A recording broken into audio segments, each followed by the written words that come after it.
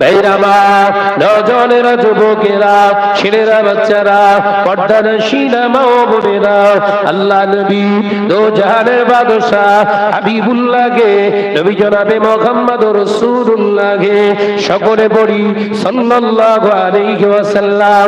নবী আমার পাক জবানে জানিয়ে দিলেন, ও আমার সাহাবীরা, এমন একটা দিন আসবে, সময় আসবে, যেদিনে দেখতে পাওয়া যাবে আল্লাহর বান্দারা অর্থাৎ মুসলমানেরা নামাজ পড়বে, রোজা করবে, হজ করবে, যাকাত দেবে, আল্লাহ আল্লাহ জিকির করবে, মসজিদ বানাবে, শিক্ষা প্রতিষ্ঠান মাদ্রাসাও তারা বানাবে, কিন্তু দেখতে পাওয়া যাবে না না না, মসজিদ ভর্তি নামাজি মুসল্লি দেখা যাবে, আল্লাহকে ভয় করনে বলা একজন ইমানদার মুসলমান খুঁজে পাওয়া যাবে না।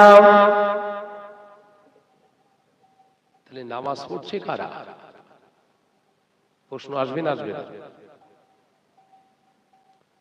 নামাজ পড়বে, রোজা করবে, হজ করবে, যাকাত দেবে, মসজিদ বানাবে, বড় বড় শিক্ষা প্রতিষ্ঠান বানাবে, ভেতরে আল্লাহর ভয় ঈমান থাকবে না, কি ব্যাপার? আল্লাহ নবী বলেছিলেন, বাবা সাহাবীরা, এর কারণ হলো দুটো। এক নাম্বার কারণ হলো মুসলমান কি খাবে আর দেখে খাবে না। দেখে খান, সব দেখে খান। এ কথা বলছেন না কেন? দেখে খায়, শুধু খাবার আসলেই হলো। হ্যাঁ, ও কে এনে দিয়েছে, কার খাবার দেখার দরকার আছে? ইফতার হুড়োবে না সব? এই কথা বলছে না কেন? মসজিদ ভর্তি ইফতার, আরে সর্বনাশ, সারা মাস ইফতার, একদম পাগল করা ইফতার, বড় বড় তরমুজের লাল টকটকে ফালি, হ্যাঁ, কমলা লেবু, মোসাম্বি লেবু, আপেল, আঙ্গুর, তার সঙ্গে আবার খোরমা দিয়েছে কে? এলাকার টপ র্যাঙ্কের হারামখোর। ভুল বলছি বোধহয়? না না, আপনাদের পশ্চিম জয়নগর সব ঠিক আছে, এরা জীবনে সব খাই টাই না। অসুবিধা হচ্ছে না তো বাপ? হ্যাঁ, আমার কজ একটু গায়ে লাগবে, কিছু করার নেই, আমি সেই ওই রকম না। এই ভাইরা আবার এসে দাঁড়িয়েছেন, সোনার মানিক এসে বস, নইলে ওয়াজ ঘোরাবো, বলো ওয়াজ ঘোরবে শিওর। তোরা যদি না বসিস তাহলে জানবো সারাদিন পেচ্ছাপ ফিরে পানি লিসনি। আমি কিন্তু অন্য মলি সাহেব, ভয়টাই আমার ভিতরে নেই। যদি মজলিসে তোরা না বসিস তাহলে জানবো না পাক গায়ে দাঁড়িয়ে রয়েছিস। এক, দ্বিতীয় কারণ, হয়তো কারুর কথা দেয়া আছে, ফোন করলেই চলে যেতে হবে, ওই জন্য বসতে চাইছিস না। দেখ কথার ভিতরে কোনটা ঠিক, নইলে দাঁড়িয়ে থাকবি কেন? কথা ঠিক না বুঝ জোরে বলে। বসে থাকতে কষ্ট হয় না দাঁড়িয়ে থাকতে? তো কষ্ট করছে। এই ছেলেরা সামনে আয়, টেনশন নেই, তোদের কিছু বলবো না, তোরা বসে গেছিস মানে তোর টেনশন নেই, আয় সামনে আয়, মজলিসের সামনে ভর্তি করতে হয় আগে। ভাইরামা, নজনেরা, যুবকেরা, ছেলেরা, বাচ্চারা, পর্দানশীনা মা ও বোনেরা, আলোচনা বোঝো। আমি আপনাদের ভাই মোহাম্মদ শাহনওয়াজ বলে যাও, আল্লাহ নবী পাক জবানে জানিয়ে দিয়েছে, ও আমার সাহাবীরা, আমি রাসূলুল্লাহকে সাল্লাল্লাহু আলাইহি ওয়াসাল্লাম পাক জবানে জানিয়ে দিলাম, মুসলমান নামকে ওয়াস্তে মুসলমান থাকবে, মুসলমান খাবে কি, পড়বে কি, দেখবে কি, ওটা তাদের জ্ঞান থাকবে না। ঘরে ঘরে হারাম ঢুকে যাবে মুসলমান, আর তাদের খেয়াল থাকবে না। তারা দুনিয়ার প্রতি এতটা আসক্ত হয়ে যাবে, দুনিয়া তাদের প্রতি এতটা কৃষ্ট করে ফেলবে, তারা আমি রাসূলুল্লাহর আনিত দ্বীনকে তারা ভুলে যাবে। দেখেন হচ্ছে কিনা। সামনে খাবার এসেছে, খাওয়ার আগে আল্লাহ নবী বললেন দেখে খাও, পাথর কি মাটি না অন্য কিছু ওটা দেখতে বলেনি, ওটা তো দেখো, পাশাপাশি প্রথম নাম্বার দেখো ওটা হালাল না হারাম। এই কথা বুঝতে পারছেন না নাকি? যার খাওয়া ঠিক নেই তার কিচ্ছু ঠিক নেই। আমি বোঝাতে পারলাম না? দেখি আমরা দেখি মাল শুধু দেখতেছে মশলা ভালো হয়েছে কিনা, নুন যদি কম হয় চেল্লা চিল্লি, ঝাল যদি কম হয় চেল্লা চিল্লি, হ্যাঁ তেল যদি কম হয় চেল্লা চিল্লি, হারাম যদি হয় চেল্লা চিল্লি, নো প্রবলেম। হ্যাঁ মুসলমান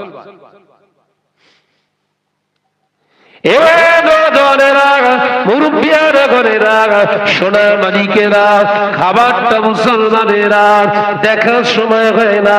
কিছু মুসলমান ঘরের মেয়েরা বেরিয়েছে, কিছু মুসলমান ঘরের ছেলেরা বেরিয়েছে, তাদের পড়াটাও কিন্তু ঠিক নাই। খেয়াল করে যদি জিজ্ঞাসা করা হয় কোন ড্রেসটা শরিয়াতের, শরিয়াতের কোন শরিয়াত জায়েজ করেছে, বৈধ হালাল করেছে, কোন লেবাসটা বল, ও বলবে আমার হালাল টাকা দিয়ে আমি কিনেছি, এতে আবার হালাল হারামের কি আছে? টাকা তো আমার হালাল, হালাল টাকা দিয়ে যা খুশি কিনবো হয়ে যাবে হালাল নাকি? ওই জন্য সব ছেঁড়া প্যান্ট পরতে দেখেননি? আমার আলোচনা বুঝতে পারছেন তো নাকি? এক শ্রেণীর ছেলেরা সব ছেঁড়া প্যান্ট পরছে না, পরেনি, দুটো একটা খোঁজেন পাবেন। আমাদের ঘরের মা বোনেরা ভেবেছে পর্দা পড়লে, আপনার বোরখা পড়লে পর্দা হয়ে যাবে, ফরজ আদায় হয়ে যাবে। ঘরের মেয়েরা বোরখা পরিধান করছে, কিন্তু জানে না বোরখা একটা ড্রেসের নাম, লেবাসের নাম। ওই ড্রেসটা হালালও হতে পারে, হারামও হতে পারে। যদি ওই বোরখাটা হালকা পাতলা ঝিলঝিলে কাপড় হয় ওটা হারাম।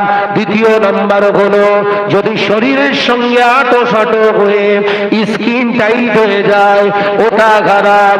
যদি ওই বোরখাটা সেখানে কোনো ফুল কিংবা নকশা থাকে যার কারণে বেগানা পুরুষগুলো আমার প্রতি আকৃষ্ট হয়ে যাবে, আমার দিকে বারে বারে তাকাবে, তাহলে ওই ড্রেসটা হলো খারাপ।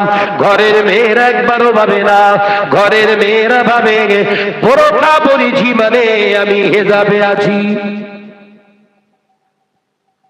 আলোচনা বুঝতে পারছো বাপ? বোরখা তো একটা লেবাসের নাম, হেজাব করা ফরজ। হেজাব মানে কি? হোয়াট ইজ দিস হেজাব? হেজাব মানে এমন একটা শালীন পোশাক, যে পোশাকটা পরিধান করার পরে বেগানা কোন পুরুষের নজর আমার প্রতি আর আকৃষ্ট হবে না। সুবহানাল্লাহ বলেন, একবার জোরে বলেন, একবার ঝেড়ে মারেন না। টাঙ্গায় থাকতে হবে ভাই। मुसलमान हर जगह में घूमना फिरना तो शेर के जैसा, मगर मस्जिद में जब दाखिल हो जाए तो मुसलमान हो जाए बिल्ली के जैसा। एक बार जोरे बोले, सब जगह सिंहेर मतो आवाज दिबेन, मस्जिदे जाबेन एकदम बिड़ालेर मतो चुप करे बসে থাকবেন। তসবিহ পড়তে না ভালো লাগে চুপ করে বসে থাকেন, ইস্তেগফার পড়তে না ভালো লাগে চুপ করে বসে থাকেন, কিন্তু মসজিদে বসে যেন মোস্তানি করতে যেও না, তাহলে আবার মার খাবে। এখন তো সব যত মোস্তানি চলে সব মসজিদে বেশি। কথা বলেন কেন?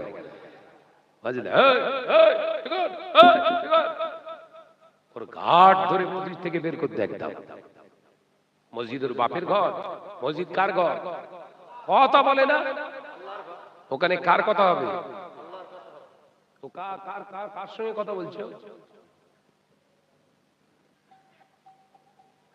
কি সাংঘাতিক কথাবার্তা বলে, নিজে এরকম কথাবার্তা কোনো আলেম বলতে চায় না।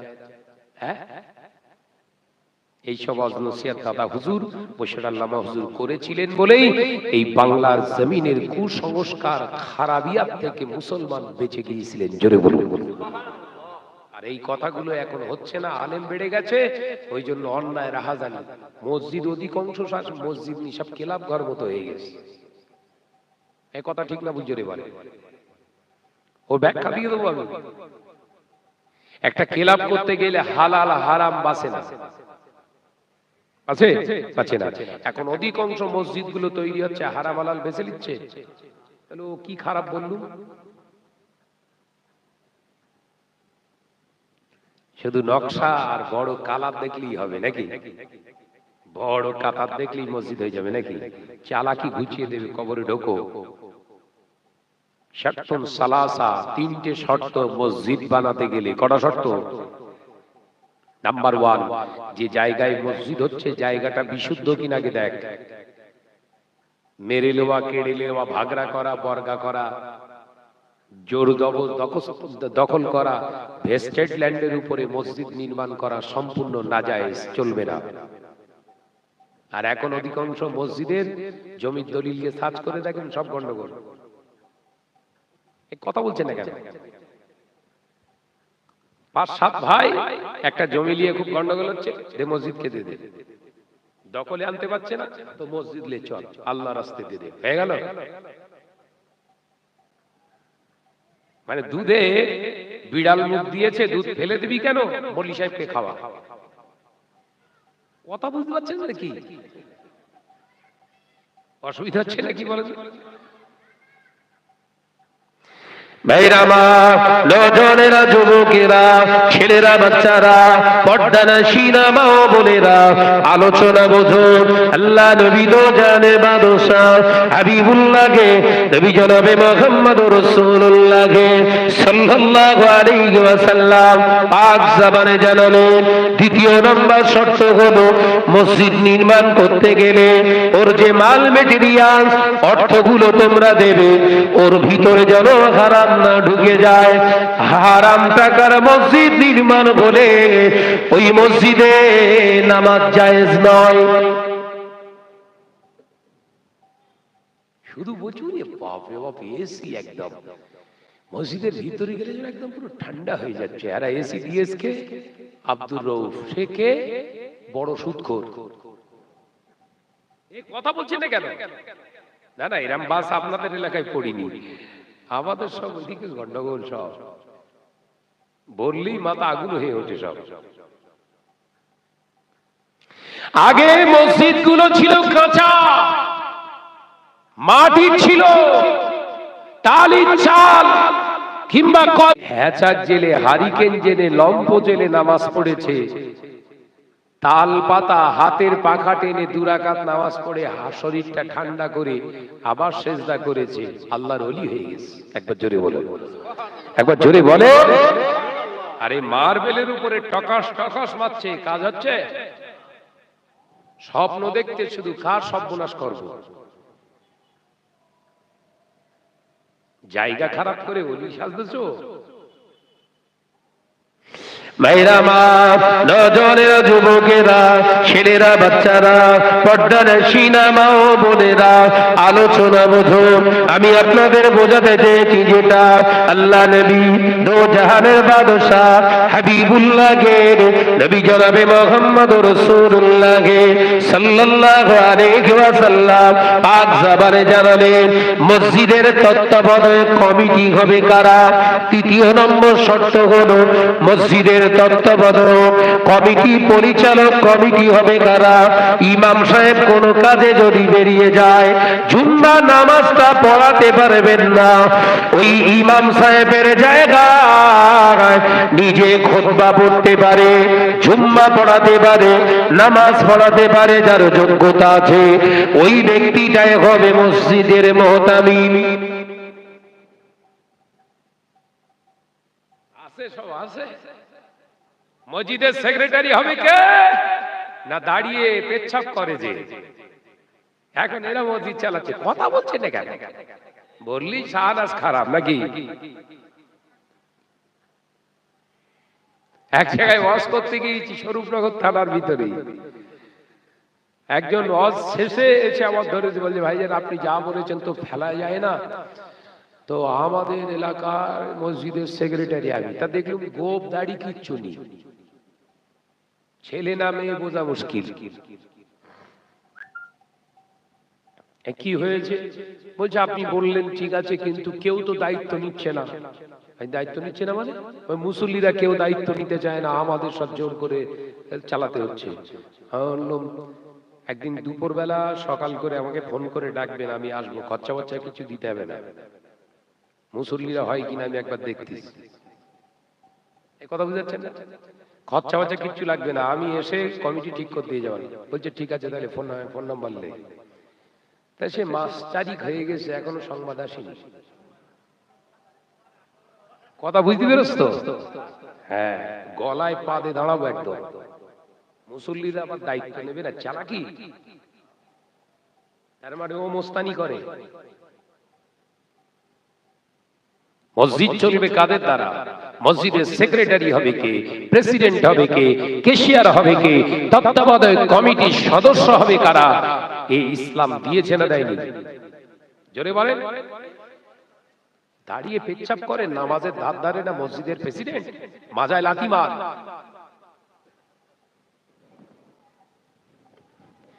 এই নসিহত গুলো বন্ধ হয়ে যাবার কারণেই এখন অধিকাংশ হারামখোরদের দ্বারা এই প্রতিষ্ঠানগুলো চলছে বেশি। আর যা সাইড এফেক্ট কি, ওই নামাজ পড়ে কপাল কালো হচ্ছে, ঘুমলেই শুধু অন্ধকার, কোন রসুলের সুগন্ধ সাক্ষাৎ, কোন রসুলের দিদার আর নসিবে মুসল্লিদের হতে চাইছে না। কিন্তু আগের ওই মাটির ঘরের মাটির মসজিদের নামাজ পড়ে সব আল্লাহর ওলি হয়ে গেছে, রাসূলুল্লাহ দিদার পেয়ে গেছে তারা। একবার জোরে বলুন সুবহানাল্লাহ। ভাইরামা, নজনেরা, যুবকেরা, ছেলেরা, বাচ্চারা, পর্দানশীনা মা ও বোনেরা, আলোচনা বুঝো। আমি আপনাদের ভাই, ভালো করে একটু বলে যায়, বুঝে নেওয়ার চেষ্টা করে। তাদের রাসূলুল্লাহকে সাল্লাল্লাহু আলাইহি ওয়াসাল্লাম জানিয়ে দিলে মেয়েরা পোশাক পরিধান করতে পারে, ওই পোশাকটা হতে হবে শালীন। ওই শালীন পোশাক মানে চিকচিকে ঝিকঝিকে পোশাক পরে রাস্তা দিয়ে গেলেন, আপনি শরীরটা ঢেকেছেন, কিন্তু পুরুষগুলো আপনাকে দেখে উত্তপ্ত হয়ে যায়, ওই পোশাকটা আপনার জন্য হারাম। ও পর্দানশীলা মা ও বোনেরা, যদি পুরুষদের উত্তপ্ত করায় মুখ্য উদ্দেশ্য থাকে, লোক আমাকে ভালো বলবে, আমাকে দেখে লাফালাফি করবে, এটাই যদি তোমার মুখ্য উদ্দেশ্য ছিল, তবে বোরখা কেন পরতে গেলে? শুনে বলো, যে কটা বোরকা পরে ওই রকম গাল দিচ্ছে বলে এবার।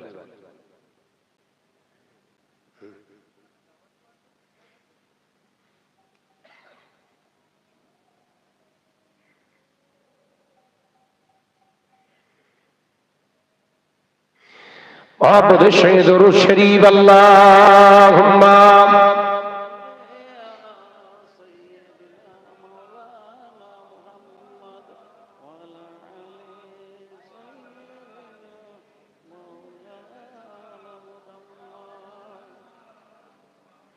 মহাপদের সঙ্গে বলি, আল্লাহুম্মা সাল্লি আলা।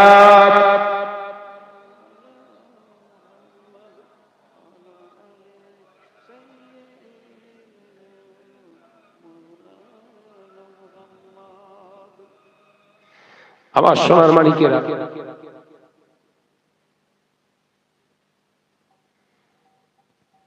প্রশ্ন পরে শেষে যে ওই লিলামের বিষয়ে এসছে, ও ইখতিলাফ আছে, ও ভালো যোগ্য আলেম, মুহাদ্দিস এবং ফাকিহ, এই তিনজন বসে ঠিক করবে। ওই স্টেজে লিলাম করে না সব, গরু ছাগল টাগল সব স্টেজে তুলতেছে, কথা বুঝাচ্ছে না? কি সর্বনাশ হচ্ছে! হ্যাঁ, গরু ছাগল টাগল সব দেখছি তো, ভিডিও পাওয়া যাচ্ছে তো, অকশন হচ্ছে, লিলামে তুলেছে। ও ভাই, ভালো মুহাদ্দিস, একজন ফাকিহ, একজন মুফতি সাহেব, একজন মুফাসসিরে কোরআন, এই তিনটে গ্রুপ এক জায়গায় বসে ওই ফতোয়া দেবে, একজন মোড়লিত্ব করতে পারবে না। কথা বুঝতে পারছেন না? ও সমাধান দেবে তারা। আমার নজনেরা, যুবকেরা, তাহলে আলোচনা করছিলাম রাসূল বললেন কি, তাহলে শরিয়াতের একটা লেবাস আছে, ওই লেবাসের কোনো কোটেড করা নাই, ছোট পড়বে না লম্বা পড়বে, এটা নেই। কিন্তু শরিয়াত জানিয়েছে তিনটে শর্ত। কটা শর্ত? জোরে বলেন। নাম্বার 1, লেবাসটা যেন ঢিলে ঢালা হয়। নারী পুরুষ উভয় লেবাস হবে কিরকম?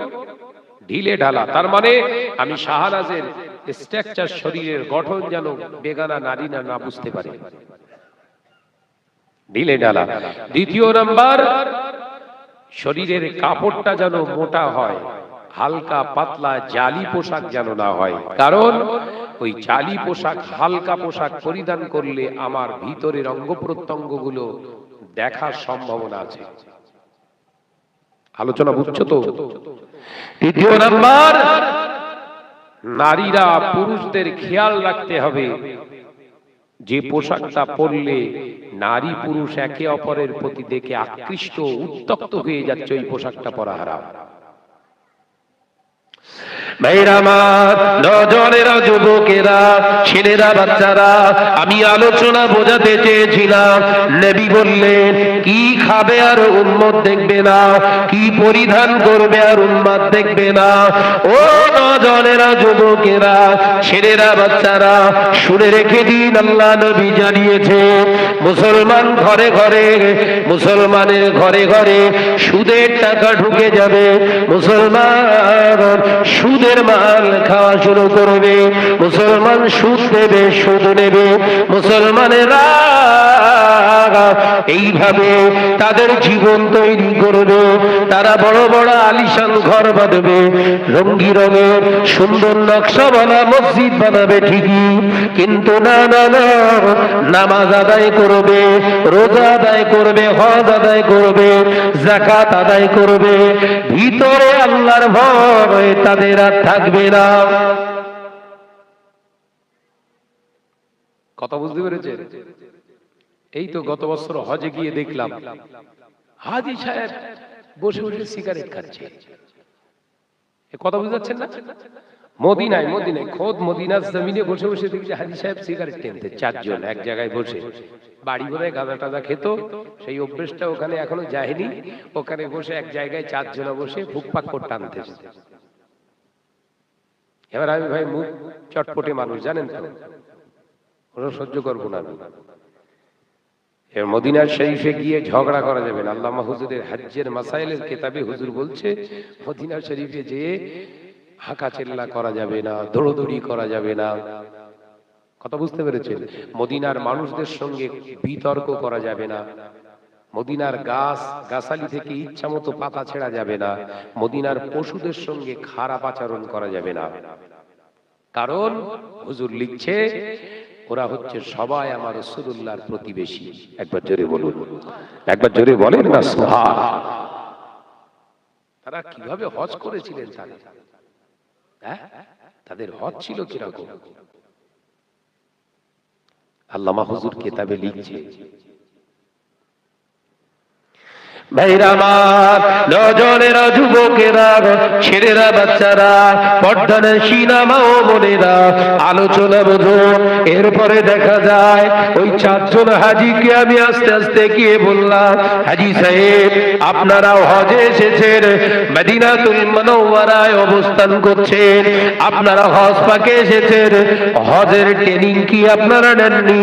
হজের ট্রেনিং বলে হ্যাঁ নিয়েছি, 4টে নিয়েছি। হাজী সাহেব আপনারা দয়া করে বলুন এই মদিনার ফজিলত সম্পর্কে একটু আমাকে জানান, আমি জানতে চাই মদিনার ফজিলত বলুন।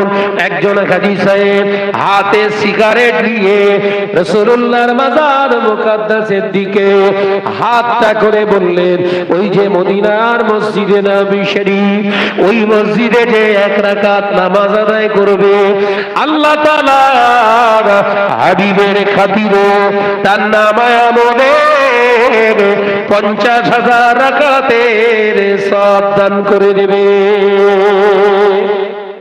আমিও সুবহানাল্লাহ বললাম। হাতে সিগারেট ফজিলত বর্ণনা করছে, তখন মনে হচ্ছে আমার সে কাছে ছুরি দিয়ে গেছিলাম, বুঝলেন? ওই কুরবানি করতে হবে হজের ময়দানে, বুঝতে পেরেছেন তো? তো বাড়ি থেকে ছুরি নিয়ে গেছিলাম, হাতে করে করব, বুঝলেন? তখন আফসোস হচ্ছে, আল্লাহ হজ না হতো অন্তত এরে জবাই করতো, এই মুহূর্তে ছুরি থাকলি, হজ নাই না কবুল হোক। হাতে সিগারেট রেখে রাসূলুল্লাহর মাজার মুকাদ্দাসের দিকে আঙ্গুল এখনো তাক করছে, এর বেঁচে থাকার অধিকার নেই। হাজি কথা বুঝতে পারছেন না? ওইসব যন্ত্র ঘরে এসে কি করবে বলেন? ওরা যদি মদিনায় ধোয়া ওড়ায়, তো বাড়ি এসে কি করবে? আগুন লাগাবে না? ভাইরামা, নজনেরা, যুবকেরা, ছেলেরা, বাচ্চারা, পর্দানে সিনেমা ও বোনেরা, আলোচনা মধু আল্লাহর নবী দো জাহানের বাদশাহ হাবিবুল্লাহকে, নবী জনাবে মুহাম্মদ রাসূলুল্লাহকে সকলে বলি সাল্লাল্লাহু আলাইহি ওয়াসাল্লাম পাক জবানে জানিয়ে দিলে উম্মত নামাজ পড়বে, রোজা করবে, হজ করবে, যাকাত দেবে, আল্লাহর ভয় অন্তরে থাকবে না। মেরে নেওয়া, কেড়ে নেওয়া তাদের প্রফেশনাল জীবিকা বানাবে। দুনিয়ার জমিনে তারা মানুষের হক ফাঁকি দেওয়াটা গর্বের অনুভব করবে। পড়বে নামাজ, অন্তরে থাকবে না কোনো আমি নবীর ভালোবাসা, আল্লাহর ভয়, আল্লাহর প্রতি কোনো ভরসা থাকবে না। কারণ আসলে তারা হারাম খাবে। এই হারাম খাওয়ার কারণে তাদের অন্তর থেকে আমি রাসূলুল্লাহর মহব্বত উঠে যাবে, দুনিয়ার ভালোবাসা তাদের আকৃষ্ট করবে। আদতে তারা ঈমানদার নয়, বেঈমান। ও নওজওয়ানেরা, যুবকেরা, ছেলেরা, বাচ্চারা, সেগুলো আমরা লক্ষ্য করে দেখতে পাচ্ছি। এরকম জালসা মাহফিলের জন্য মুসলমানের কাছে যদি চাঁদা চাওয়া হয়, মুসলমান 200 টাকা কিংবা 500 টাকা বছরে দিতে গেলে তার কলেজা কেঁপে যায়, এত টাকা চাঁদা কি করে দেব? কিন্তু মুসলমানটার ঘরে প্রতি মাসের শেষে কেবিল ভাড়া 350 টাকা কেবিলের অপারেটর গুনে নিয়ে চলে যায়, ডিশ অ্যান্টেনাওয়ালা দিয়ে দেয়, একবারও অন্তর কাঁপে না। নবী বললেন, হারাম খেয়ে খেয়ে ওদের লক্ষ্য আর হালালের দিকে থাকবে না, আমি রাসূলুল্লাহর প্রতি আর খেয়াল থাকবে না। ও চিন্তা তখন হারামের দিকে চলে যাবে, হারাম কাজে ব্যয় করবে, হালাল কাজে আর ব্যয় করতে চাইবে না।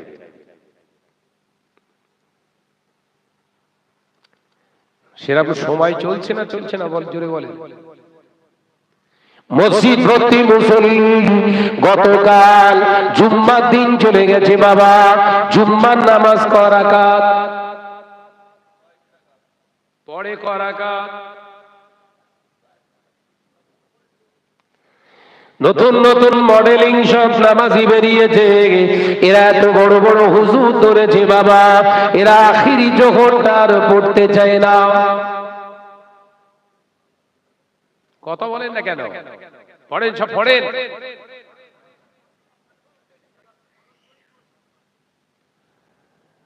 ফজরের নামাজ পড়িনি, আর জুম্মা পড়তে যে তাহিয়াতুল ওযু, দখলুল মসজিদ, ফজর পড়িনি।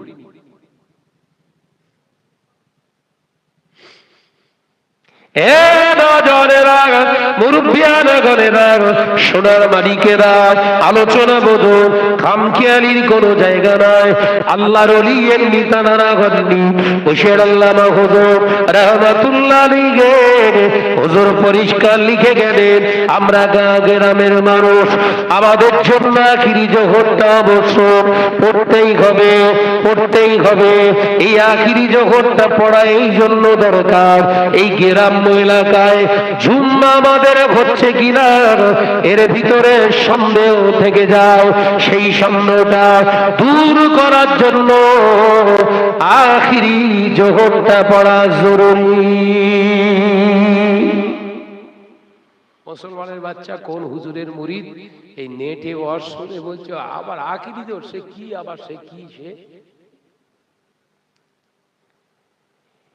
সেলুন মুসল্লি। ওই সেলুন মলি সাহেবের পাল্লায় পড়ে সেলিন মুসল্লি। সেলুন জানেন তো, নাপতি, ও বড় করে না ছোট করে? কথা বলে না তো। হ্যাঁ, ও সেলুন হুজুরের পাল্লায় পড়ে সেলুন মুরিদ হয়ে গেছে, ও এখন কেটে কেটে ছোট করে। তার মানে আল্লামা হুজুরের থেকে বেশি বোঝে ওর হুজুর, বুঝতে পারেননি? আল্লামা রুহুল আমিন সাহেব রাহমাতুল্লাহ আলাইহি 25,000 শরিয়াতের কিতাব, 18,000 রাসূল পাকের পাক জবানের কওল হাদিস মুখস্থ করেছিলেন। জোরে বলুন, জোরে বলেন।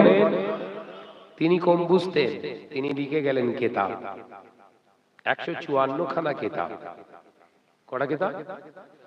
154 খানা কিতাব লিখে গেলেন আল্লামা হুজুর। তিনি লিখে গেলেন অবশ্যই পড়তে হবে, পশ্চিমবঙ্গে আমরা ভারতের মুসলমান, আমাদের জন্য আখিরি জোহর পড়া জরুরি। আর কোন মোবাইল হুজুরের ওয়াজ শুনে বলল ও দরকার নেই, জুম্মাটা পড়ি বেরিয়ে আয়। এই বললেন আল্লাহর ওলি ছিল। বৈশাখ আল্লামা হুজুর নাকি আল্লাহর ওলি ছিল।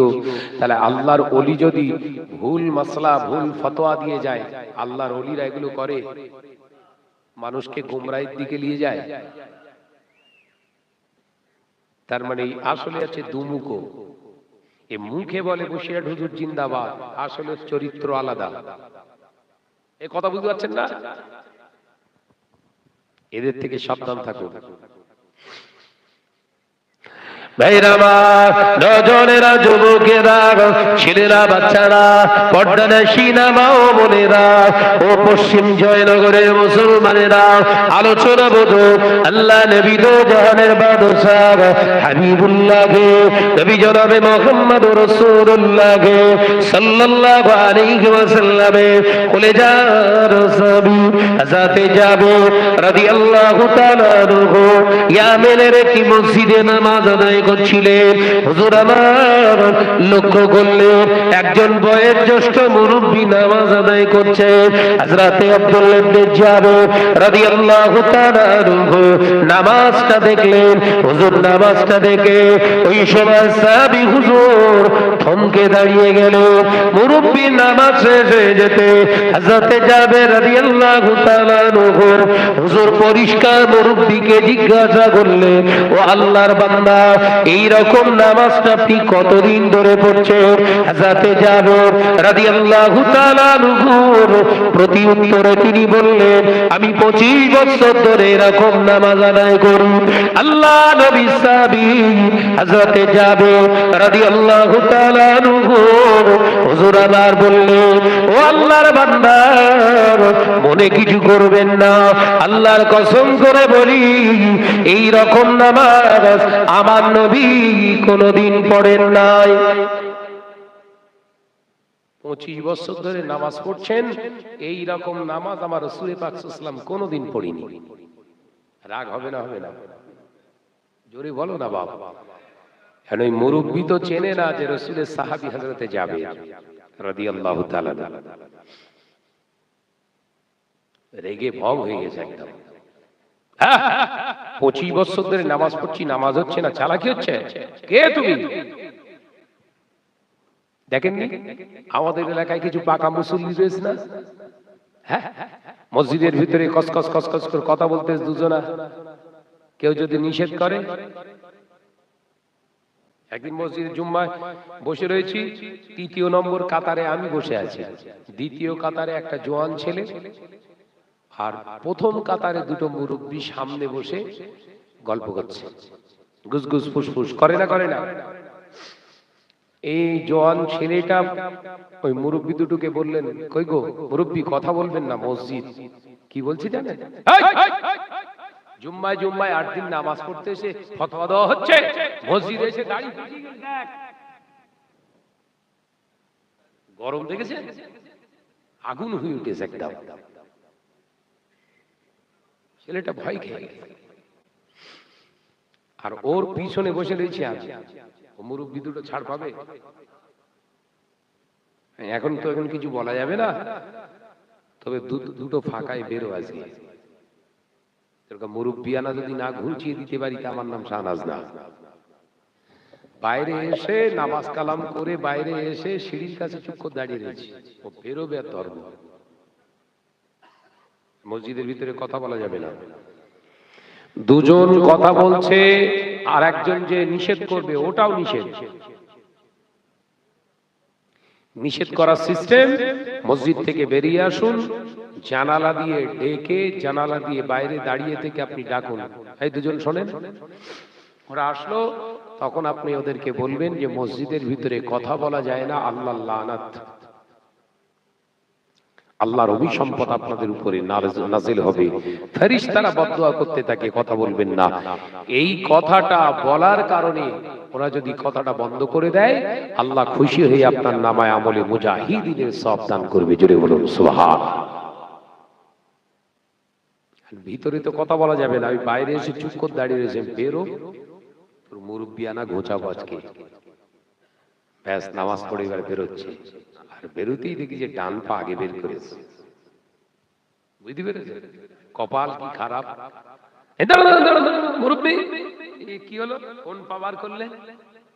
হ্যাঁ বুঝতে পারি, দেখেছে, বলছে এসে এসে পেকে গেছ, বলো। ও বুঝতে পারি। মসজিদের ভিতরে কথা বলছিলেন দুনিয়াদারি, এই ছেলেটা আপনাকে নিষেধ করেছে বলে আপনি তাকে যা ডাঁটলেন, তাকে যা উল্টো পাল্টা বললেন, ওই ছেলেটার কাছে ক্ষমা না চাইলে আপনার টোটাল জীবনের ইবাদত আপনার বুকে ছুঁড়ে মারবে আল্লাহ।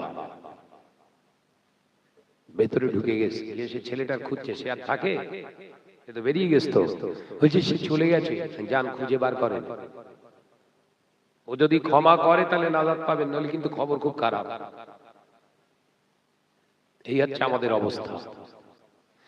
আল্লাহ নবী কোলে যারা সাহাবী হযরতে জাবের রাদিয়াল্লাহু তাআলা আনহু হুজুর আমার খেপেলেন না, কোনো আওয়াজ না দিয়ে মুচকে হেসে বললেন, ও মুরব্বি আপনি চিন্তা করবেন না, আমি অন্য কেউ নয়, আমি সেই রাসূলের পিছনে নামাজ আদায় করা একজন মুসল্লি, আমি হলাম সেই জাবের।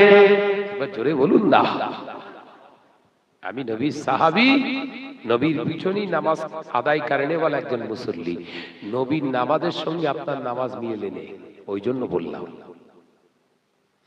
মুরব্বিটা কাঁদতে শুরু করলেন, কি সর্বনাশ, রাসূলুল্লাহর সাহাবীর সঙ্গে বেয়াদবি করে ফেললাম, আপনি আমাকে ক্ষমা করে দেন। না মুরব্বি, আপনি আমার কাছে অন্যায় করেননি, কারণ আপনি জেনে করেননি, না জেনে করেছেন, আমার কাছে আপনি অন্যায় করেননি, আপনার ক্ষমা চাওয়ার আগে আমি তো মাফ করে দিয়েছি। একবার জোরে বলুন সুবহানাল্লাহ। ওই সময় দেখতে পাওয়া যায় রাসূলুল্লাহর কোলে যারা সাহাবী হযরতে জাবের রাদিয়াল্লাহু তাআলা আনহু বলেছিলেন, ও আল্লাহর বান্দা মুরব্বি, আপনাকে আমি একটা কথা বলছি, আপনি কি রাসূলুল্লাহর নামাজ শিখতে চান? আমার নবী কেমন করে নামাজ আদায় করে, ওই নামাজটা কি আমি আপনাকে শেখাবো? হ্যাঁ শেখানো শিখতে চান। আল্লাহ নবী কোলে যারা সাহাবী হযরতে জাবের রাদিয়াল্লাহু তাআলা আনহু হুজুর আমার নামাজে দাঁড়িয়ে গেলেন, মুরব্বিকে বললেন, আপনি দেখুন আমি কেমন করে নামাজ আদায় করি। আল্লাহ নবী সাহাবী হযরতে জাবের রাদিয়াল্লাহু তাআলা আনহু নামাজে দাঁড়িয়ে গেল, নামাজ আদায় করছে।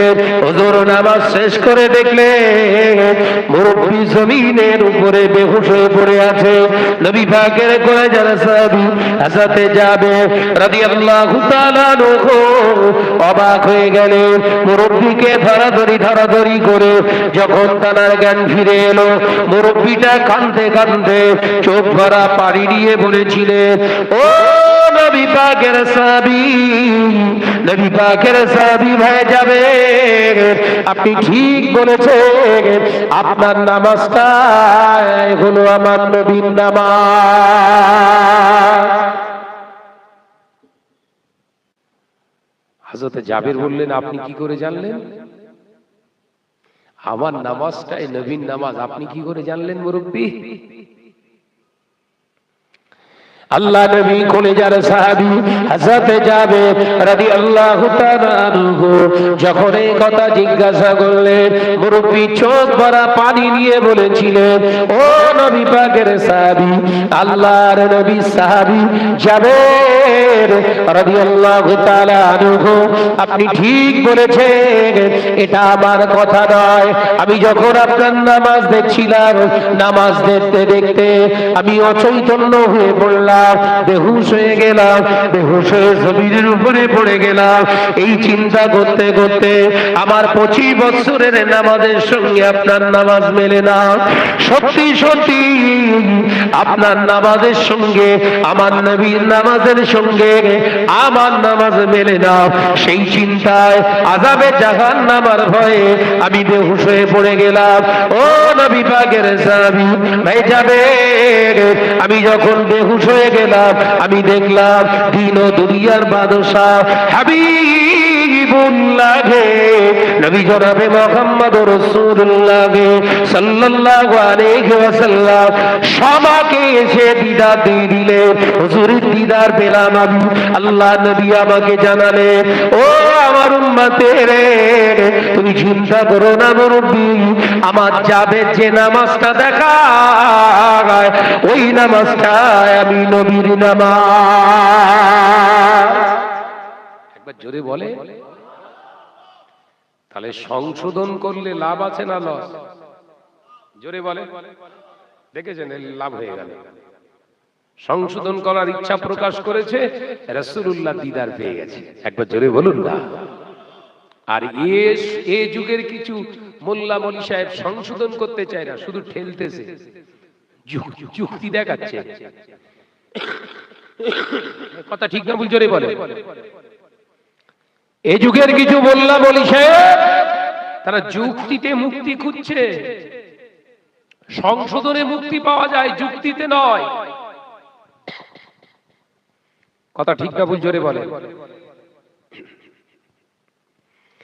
ভাইরা আমার, নজরেরা, যুবকেরা, ছেলেরা, বাচ্চারা, পর্দানাশীরা, মা ও বোনেরা, আমি আপনাদের বোঝাতে চাই না, রাসূলুল্লাহর কলেজার সাহাবী হযরতে জাবের রাদিয়াল্লাহু তাআলা আনহু তিনি জানিয়ে দিলেন গোটা বিশ্ব মানব জাতিকে, না না না, তোমরা যদি শুধরাতে চাও, তোমরা তোমাদের জীবনটাকে যদি একবার ভুল থেকে শুধরানোর জায়গায় আনতে চাও, আমার আল্লাহ আর তোমাদের ভুলগুলোকে আর ভুল বলে মানবেন না, আমার আল্লাহ ভুল বলে নেবেন না। কিতাবের ভিতরে এসেছে, আল্লাহ নবী কলেজার সাহাবী হযরতে জাবের রাদিয়াল্লাহু তাআলা আনহু আমার নবী পাকে কলেজার সাহাবী বাড়িতে এসেছিলেন। ওই রাতেতে হুজুর স্বপ্ন যোগে রাসূলুল্লাহর দিদার পেয়েছিলেন। আল্লাহ নবী বলেছিলেন, ওরে আমার জাবের, আমি নবী বলছি শোনো, ও আমার জাবের তুমি শোনো শোনো, আমি নবী বলছি, যে ব্যক্তিটাকে আমার উম্মতকে তুমি নামাজ শিখিয়ে দিয়েছো, ওই নামাজটা শিখে যাবার কারণে পূর্বের ভুলের প্রতি অনুশোচনা হওয়ার কারণে আমার আল্লাহ তাআলা খুশি হয়ে ওই 25 বছরের ভুল নামাজকে আমার আল্লাহ ঠিক হিসাবে কবুল করেছে। তাহলে শুধরানো ভালো না বেঁকে থাকা ভালো? না শুধরে গেলে তো ওই মিডিয়ার সামনে এসে বলতে হবে না শাহনাজ নত স্বীকার করেছে, শাহনাজ নত, সেটা প্রেস্টিজ ইস্যু। তাহলে যে মলি সাহেবের প্রেস্টিজ ইস্যু আগে, ইমানি ইস্যু আগে নয়, ও মলি সাহেব না হায় না দাজ্জাল। এই কথা বলছে না কেন? ও তো কানা দাজ্জালের থেকে ভয়ঙ্কর।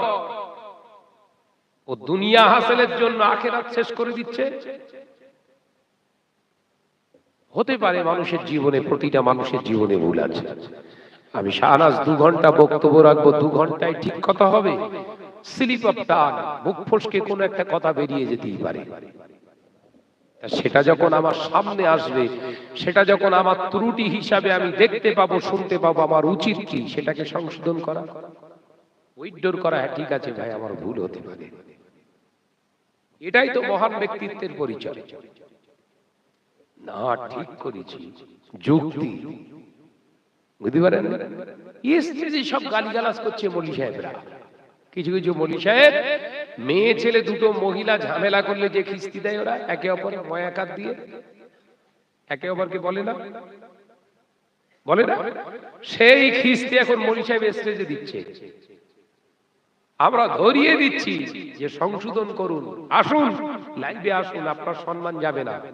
যে ভাই আমি বলতে কি উদাহরণ দিতে যে মুখ ফসকে বলে ফেলেছি না, যুক্তি দেখাচ্ছে। কিছু দালাল ফিট করে দিয়েছে, তারা আবার বলছে ওই ময়াকার শব্দের ভালো মানে। দেখেছেন বাস কি করে পড়ে? বলছে ওই ময়াকার একটা খিস্তি আছে না মেয়েদের বলে, ওই ময়াকার ওই শব্দের মানে হলো স্নেহের, স্নেহের, বড় স্নেহের। সংশোধন করছে আর একটা মৌলী সাহেব, তার মানে দালাল। তো ওকে কমেন্টে লিখেছি তোর মাকে একবার ওই ওই শব্দটা দিয়ে ডাকবি তো, কিংবা তোর ছোট বোন আছে তাকে ওই রকম বলে ডাকবি তো, তো ঝ্যাটা দিয়ে মুখ ঘষে দেবে। এই কথা ঠিক না বুঝছো রে? বলে তুমি শেখাচ্ছ ভাষা, ভাষা পণ্ডিত হয়ে গেছো। এক জায়গায় ছেলে বাপ এক জায়গায় বসে ওয়াজ শুনতে পারবে না, এমন পজিশন হয়ে গেছে সব। আল্লাহ আমাদের সকলকে এই সমস্ত খারাপিয়াত থেকে আল্লাহ হেফাজত করেন, বলুন আমিন। একটু জোরে বলেন আল্লাহুম্মা আমিন। মহাপদে সেই দরুদ আল্লাহুম্মা সাল্লি আলা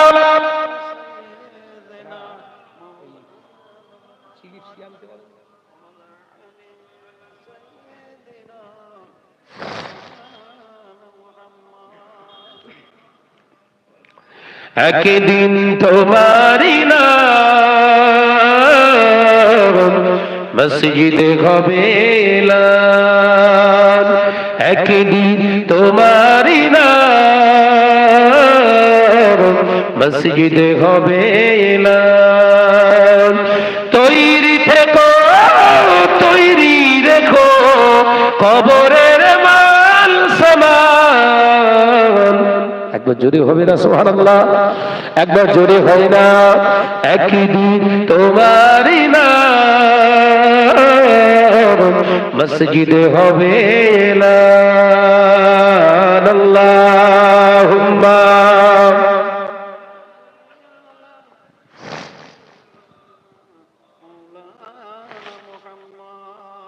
ওয়া আলা আলি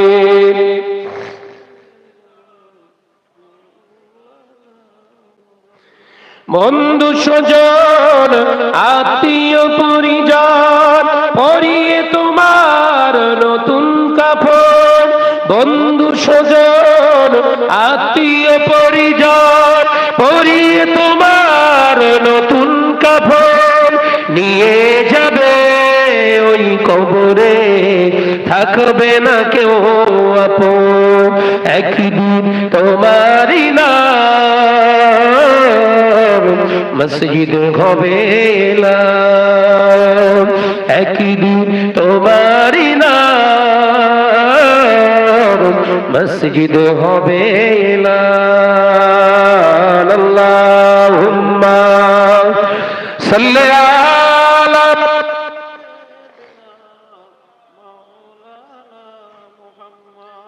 ওয়া আলা আলি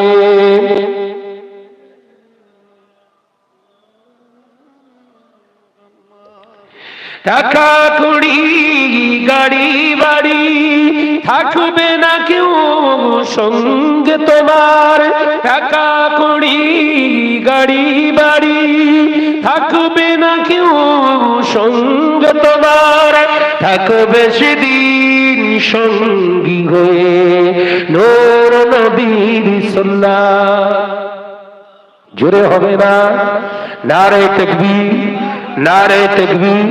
থাকবে সেদিন সঙ্গী হয়ে নূর নবীর সুন্নাত, একদিন তোমারি নাম মসজিদে হবে এলান। আল্লাহুম্মা সাল্লি আলা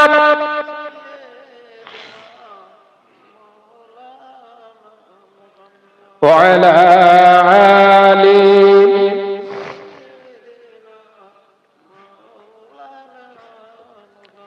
আমার নজনেরা, যুবকেরা, ছেলেরা, বাচ্চারা, পর্দানশীনা মা ও বোনেরা, আমি আলোচনা আপনাদের বোঝাতে চেয়েছিলাম। আল্লাহ কোরআনে জানিয়েছে, ইয়া আইয়ুহাল্লাযীনা আমানু, হে আমার বিশ্বাসী সম্প্রদায় বান্দারা, আতিউল্লাহ, আমি আল্লাহ আমার ইতাআত তোমরা করো, ওয়া আতিউর রাসূল, আমার হাবিবের ইতাআত তোমরা করো, ওয়া উলিল আমরি মিনকুম, ওই সমস্ত আলেমে দ্বীনের সোহবতে তোমরা যাও, ওই সমস্ত আলেমে দ্বীনদের তোমরা মানবে, তাদের কাছে যাবে যাদের কাছে আতিউল্লাহ, আমি আল্লাহ আমার ইতাআত আছে, ওয়া আতিউর রাসূল, আমার হাবিবের ইতাআত আছে। আমি আল্লাহ জানিয়ে দিলাম, ওই আলেমের সোহবতে যাও, আমি আল্লাহ আমার হাবিবের সন্ধান পেয়ে যাবে। কোরআন হাদিসের জ্ঞান থাকলে আলেম, আর সব আলেম কিন্তু আল্লাহওয়ালা নয়। এটা মাথার ভিতরে ঢোকান। আল্লাহওয়ালা আলেমদের কাজ কি হবে? আতিউল্লাহ, আল্লাহর হুকুমের ইতাআত করা, নামাজ পড়া, রোজা করা, হজ করা, যাকাত দেওয়া, এটা যেমন আল্লাহর হুকুম, জবানে লাগাম দেওয়া, এটা হচ্ছে আল্লাহর হুকুম। এই কথা বুঝতে পারছেন না নাকি? জবানে লাগাম দেওয়া, ব্রেক দেওয়া, খারাপ ল্যাঙ্গুয়েজ ইউজ না করা, মুখ কিস্তি করে কারা? হাদিস পাকে এসেছে আয়াতুন নিফাকুল আরবা, আল্লাহ রাসূল বললেন মুনাফিক যারা হয় তাদের চারটি চরিত্র, চারটি বৈশিষ্ট্য আছে। আরেকটা হাদিস আছে আয়াতুন নিফাকুস সালাসা, মুনাফিক যারা হবে তাদের তিনটি বৈশিষ্ট্য পাওয়া যাবে। আল্লাহ রাসূল বললেন প্রথম, ইজা হাদাসা কাযিবা, তারা যখন কথা বলবে মিথ্যা কথা বলবে। কথা বুঝতে পারছেন না? প্রথম মিথ্যা কথা বলবে। দ্বিতীয় নাম্বার আল্লাহ রাসূল বললেন মুনাফিক যারা হবে, কপটতা ব্যক্তি যারা হবে, তারা কি করবে? ওয়াদা করে ওয়াদা খেলাফ করবে। আপনাদের কাছে টাকা পয়সা তুলে নিয়ে বললাম, ওয়াদা করলাম ভাই আমি একটা মাদ্রাসা বানাবো, এ কথা বুঝাচ্ছেন না? টাকা পয়সা টয়সা তুলে নিয়ে মাদ্রাসা বানানোর নাম করে নিজের নামে জমি কিনে বসলাম। ওয়াদা খেলাফ হয়েছে না হয়নি? এই কথা বলছেন না কেন? ওয়াদা খেলাফ শুধু নয়, আল্লাহ রাসূল বললেন আমানতের খেয়ানত করবে। তাহলে আপনাদের সাধারণ আপনাদের পকেটের টাকা নিয়ে যদি আমার নামে জমি কিনি, জমি রেজিস্ট্রি করি, মাদ্রাসা বানাই আর যাই করি, তাহলে আমানতেরও খেয়ানত হয়েছে না হয়নি? আপনারা বিশ্বাস করে দিয়েছিলেন কি মাদ্রাসাটা কার? ব্যক্তিগত সম্পত্তি, ও প্রপার্টিটা তো সকলের, আমার নামে হবে কেন? হ্যাঁ, দলিলে লেখা থাকবে সম্পাদক বরাবরে, কমিটির সম্পাদক বরাবরই নাম পরিবর্তিত হবে, কিন্তু লিল্লাহিয়াতে থাকবে তো। ভাইরা আমার, নজনেরা, যুবকেরা, চতুর্থ নম্বরে আল্লাহ রাসূল বললেন যারা জবানে কথা বলতে গিয়ে খিস্তি মারে, মুখ খারাপ করে, এরা হলো পাকা মুনাফিক। তুমি হাফেজ হওয়ার মাওলানা হও, কথা বলতে গিয়ে যদি খিস্তি বেরোয়, মুখের দোষ যদি তোমার থেকে থাকে, জানবে তুমি মুনাফিক, অবশ্যই তুমি মুনাফিক। ও নজরেরা, মুরব্বিয়ানগণেরা, সোনার নবী, দয়ার নবী রাহমাতাল লিল আলামিন 63 বছরের জিন্দেগি গুজরান করে গিয়েছে দুনিয়ায়। বিবি, ছেলেপুলা, ব্যবসা বাণিজ্য, রাষ্ট্রনায়ক, দুনিয়ার বিচারক, সব দায়িত্ব নবী পালন করলেন। জীবনে কোনদিন মিথ্যা বলেননি। আমার নবী জীবনে কোনদিন মুখ থেকে খারাপ কথা বার করেননি। নবীকে মেরেছে তায়েফের ময়দানে, তায়েফে মেরে আমার নবীর জুব্বা মোবারকটা রক্তে রঞ্জিত হয়ে গেল, লাল হয়ে গেল। আমার নবী তায়েফের ময়দানে বেহুশ হয়ে পড়ে গেল। কাফেরেরা মনে করল আমার নবী আর জিন্দা নাই, মারা গিয়েছে, ইন্তেকাল হয়ে গেছে। কাফেরেরা ফেলে রেখে পালিয়ে গেল। আল্লাহর ফেরেশতা জিবরাইল আলাইহিস সালাম এসে রাসূলুল্লাহর শিয়রের কাছে, মাথার কাছে এসে কাঁদতে লাগলেন। আল্লাহর নবীর সাহাবী নয়, নবীর ফেরেশতা, আল্লাহর ফেরেশতা প্রিয় জিবরাইল আলাইহিস সালাম আল্লাহ নবী মাথা মোবারকের কাছে এসে দাঁড়িয়ে দাঁড়িয়ে কচি বাচ্চার মতো কাঁদছে। আল্লাহ নবীর জ্ঞান ফিরে পেলে নবী আমার তায়েফের ময়দানে জ্ঞান ফিরে পেয়ে চতুর্দিকে দেখতে লাগলেন, কান্নার আওয়াজ পেলেন। আল্লাহ নবী বললেন, কে কাঁদে, কে আমার জন্য এত দয়া দেখায়? আল্লাহ নবী যখন ফিরে তাকালেন, জিবরিল আলাইহিস সালাম তিনি দাঁড়িয়ে দাঁড়িয়ে কাঁদেন। আল্লাহ নবী বললেন, ভাই জিবরিল আমিন, সালাম দিলে, ও ভাই জিবরিল আমিন, কি ব্যাপার কাঁদছো? ইয়া রাসূলুল্লাহ, হাবিবাল্লাহ, ওই তায়েফের মানুষগুলো এত নির্দয়, এতটা নিষ্ঠুর, এতটা পাষণ্ড, আপনি দয়ার নবী রাহমাতাল লিল আলামিন, আপনাকে মেরে মেরে গোটা চেহারার জুব্বা মোবারকটা লাল করে দিয়েছে। হুজুর, আপনাকে মারা গিয়েছে বলে ফেলে রেখে পালিয়ে গিয়েছে। আল্লাহ হুকুম দিয়েছে আমাকে, এবার আপনি অনুমতি দিন, এই তায়েফবাসীর একটা বাচ্চাকেও আমি বাঁচিয়ে রাখবো না। গোটা তায়েফে দুই সাইডের পাহাড় দিয়ে গোটা তায়েফবাসীকে আমি ধূলিসাৎ করে দেব। আল্লাহ নবী বললেন, অমন কথা বলো না, ও ভাই জিবরিল আমিন, অমন কথা বলো না, আমি হলাম রাহমাতাল লিল আলামিন। ওরা চেনে না, ওরা আমাকে না জেনে মেরেছে, ওদেরকে যদি তুমি মেরে দাও, এই তায়েফের জমিনে কে আমার আল্লাহকে আল্লাহ বলে ডাকবে? নারায়ে তাকবীর, নারায়ে তাকবীর, মিলাদুন নবীর জলসা। বেরো না। জিবরিল আমিন মারলে তো সব শেষ হয়ে যাবে। তাহলে জমিনের উপরে, তায়েফের জমিনে আল্লাহ বলার কেউ থাকবে না। জিবরিল আমিন, তুমি মেরো না, আমি অনুমতি দিতে পারবো না। ইয়া রাসূলুল্লাহ, হাবিবাল্লাহ, আপনার নালাইন শরীফের নিচে, জুতা মোবারকের নিচে রক্ত জমাট বেঁধেছে। ইয়া রাসূলুল্লাহ, ওরা মেরেছে আপনাকে, এত পরিমাণে মেরেছে, কদম মোবারকের নিচে জমাট বেঁধেছে রক্ত। আল্লাহ নবী কলিজার সাহাবী হুজুর আমার বর্ণনা করে, রাসূল পাক সাল্লাল্লাহু আলাইহি ওয়াসাল্লাম কেঁদে কেঁদে হাত উঠিয়ে দোয়া চেয়েছিলেন। ওই তায়েফে আমার নবী বসে বসে দোয়া চেয়েছিলেন, আল্লাহ, এরা আমাকে চেনে না, এরা আমাকে যে জানে না, আমি যে তোমার হাবিব, এরা আমাকে জানে না। আল্লাহ, তুমি এদেরকে গজব দিয়ে ধ্বংস করে দিও না, এদেরকে মাফ করে দাও। আর এদের ছা বাচ্চা যারা দুনিয়ার জমিনে আসবে, একদিন না একদিন এরা যেন ঈমানি কালেমা পড়ে মুসলমান হয়ে যায়। হাজী সাহেবরা হজে গেলে সব ওই তায়েফে যায়।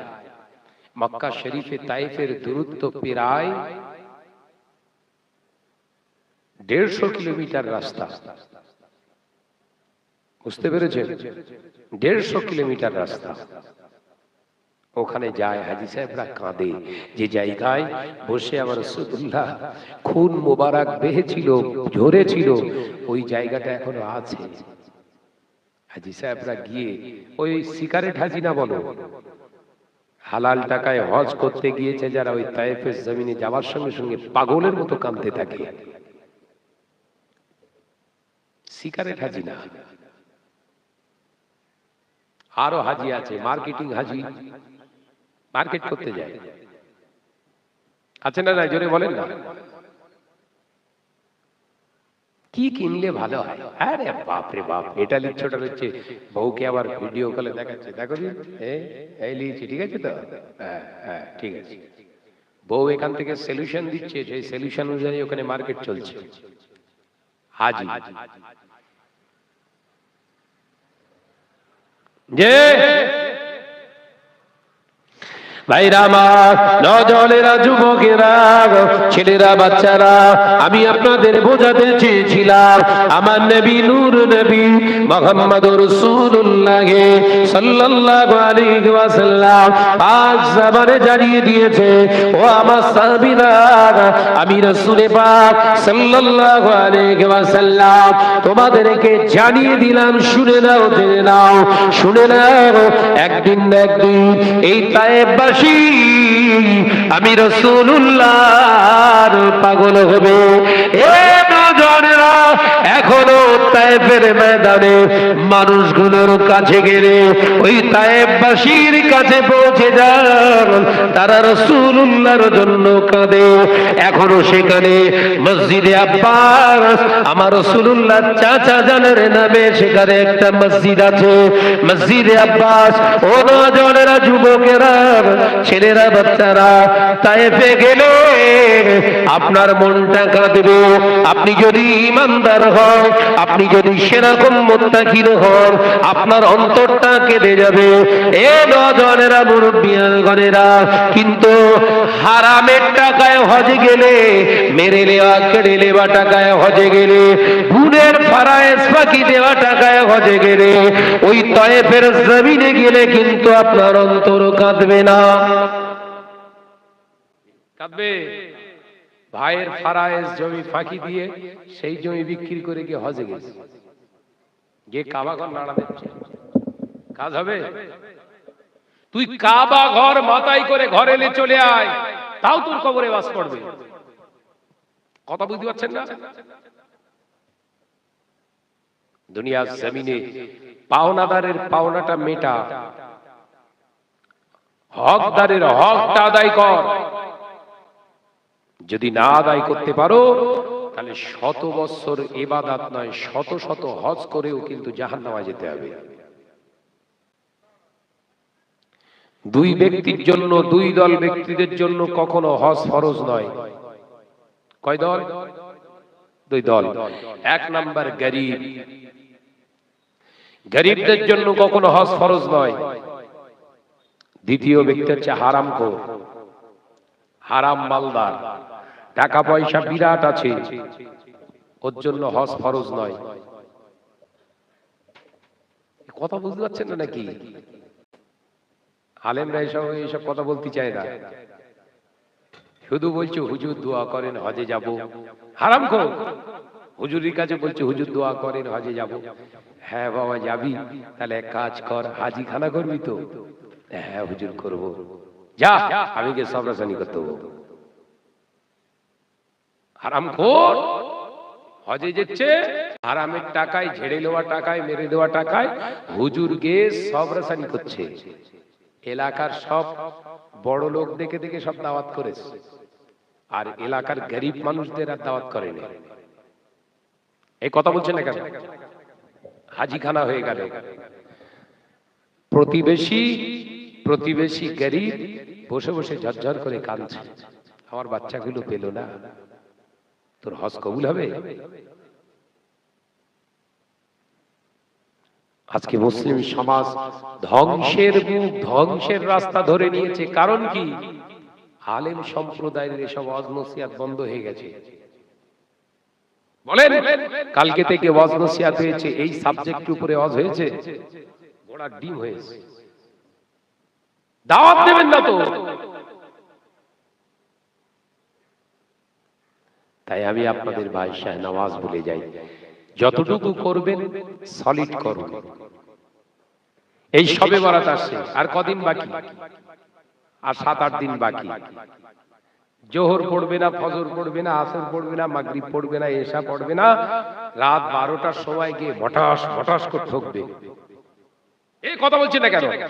কারুর 70 রাকাত, কারুর 66 রাকাত, কারোর 82 রাকাত, কেউ 120 রাকাত, হাঁটু ব্যথা করে ঘরে চলে এলো, 5 ওয়াক্ত নামাজ নেই। হবে? মাধ্যমিকে পাস করতে গেলে অ্যাডিশনাল সাবজেক্টে পাস করতে হয় না মেন সাবজেক্টে পাস করতে হয়? কথা বলেন। 7টা মেন সাবজেক্ট আছে, অ্যাডিশনাল একটা এক্সট্রা, সে বায়োলজি হোক, থিওলজি হোক, যা আছে আছে। এই 7টা সাবজেক্ট মেন সাবজেক্ট, এই 7টা সাবজেক্টে আপনাকে কম্পালসারি পেতেই হবে, 34 করে পেতেই হবে। এখন তো শুনছি আবার 25 করে দিয়েছে, মৌখিকেও 10 রেখে দিয়েছে, তার মানে মৌখিক লেয় না, ও এমনি 10 দিয়ে দেয়। আবার পরীক্ষা দিয়েছি 34 করে পেতে হয় এক একটা সাবজেক্টে। আলেম পরীক্ষা দিয়েছি 34 করে পেতে হতো, ওই 34-এর জায়গায় কোন সাবজেক্টে ধরেন 32 হয়েছে লাল কালি, তার মানে পাস হলো না। অ্যাডিশনাল একটা সাবজেক্ট ছিল, আমি বায়োলজি নিয়েছিলাম, বায়োলজিতে 83 নাম্বার পেয়েছিলাম আমি, আমার মনে আছে এখন 83 পেয়েছিলাম। আর মেন সাবজেক্টে আমি 506 নাম্বার পেয়েছিলাম আলেমে, 506। কথা বুঝতে পারেননি? আমার মনে আছে এখনো। এই 506 পাওয়ার পরে এই নাম্বারগুলো অ্যাডিশনাল যোগ হয়েছিল। কিন্তু যদি ওই মেন সাবজেক্টে যদি ওই 7টার ভিতরে একটাই ফেল করতাম, কাজ হতো, ডবল করে দিতে হতো মাধ্যমিক। কথা বুঝতে পারছেন না? রেজাল্ট আমাদের দেশে মার্কশিট এখনো আছে, দেখাতে হবে। আমার সবসময় ইয়ে করা আছে, লেমিনেশন করা আছে, যত ক্লাসে আমার পড়াশোনা আছে, কলেজ লাইফ থেকে শুরু করে মাদ্রাসা, প্রত্যেকটা রেজাল্ট সব লেমিনেশন করা আছে। বাচ্চাগুলোতে দেখাতে পারবে, দেখে তোর বাপ পড়াশোনা করেছিল, তোরা কর। কথা বুঝতে পারছেন না আমার নজরেরা, যুবকেরা, ছেলেরা, বাচ্চারা? তাহলে এই যে শবে বরাতের রাতের ইবাদত, লাইলাতুল বারাত, নিসফুস শাবান, এই রাতের ইবাদতটা ডিপেন্ড করবে 5 ওয়াক্ত নামাজ পড়ছেন কিনা। বোঝাতে পারলেন না? এই 5 ওয়াক্ত নামাজ পড়লে না, আর শবে বরাতে যে মোটাস মোটাস করে ঠুকতেছো, মসজিদ নিজেই পেরেশান, আল্লাহ কারা এসছে, এ তো মেরে ফেলবে এরা। ভালো করে বুঝে নেন, 7 শ্রেণী ব্যক্তির দোয়া ওই রাতে কবুল হবে না। কয় শ্রেণী? 7 শ্রেণী মুসলমানের দোয়া ওই রাত্রিতে কবুল হবে না। 1 নাম্বার শিরক, ওয়ালা তুশরিকু বিল্লাহি শাইয়্যা। আল্লাহ বললেন, আমার সঙ্গে কাউকে শরীক করনে ওয়ালা ওই রাতে ইবাদত করলে আমি তার দোয়া কবুল করব না। শিরক কি? মাজার, বিভিন্ন দরগায় যে মানসিক করা, চাওয়া, হুজুর আপনি আমার একটা ছেলে দেন, হুজুর আমার একটা সন্তান দেন, আওলাদ দেন, হুজুর আমার রোগ হয়েছে আমাকে বাঁচান, এরকম করে না? করে না? শিরক। শিরক। দ্বিতীয় নাম্বার কি? আর একটা শিরক কি? অমুক ডাক্তার ছিল বলে আমি বেঁচে গেছি, এরকম আছে না নাই? এই ওষুধটা না খেলে আমি বাঁচবো না, এই ওষুধই আমায় বাঁচিয়ে রেখেছে। শিরক। কথা বুঝতে পারছেন না নাকি? এরকম কিছু মুসলমান বলে না? বলে না? তুমি মুসলমান, তোমার বলা উচিত ছিল, অমুক ডাক্তারের ওসিলায় আল্লাহ আমাকে হেফাজত করেছে, এই ওষুধটার ওসিলায় আল্লাহ আমার কঠিন বিমারকে শেফা দান করেছে। তোমার ঈমান গেল না, তোমার শিরক হলো না, তুমি হলে মুমিন। জোরে বলুন সুবহানাল্লাহ। আর একটা শিরক বলবো, জ্ঞান রাখেন। আগামীকাল কলিকাতা আবহাওয়া আলিপুর দপ্তর বলে দিয়েছে, আবহাওয়া দপ্তর বলে দিয়েছে আগামীকাল বৃষ্টি হবে। মাথায় ঢোকাতে পারলাম না।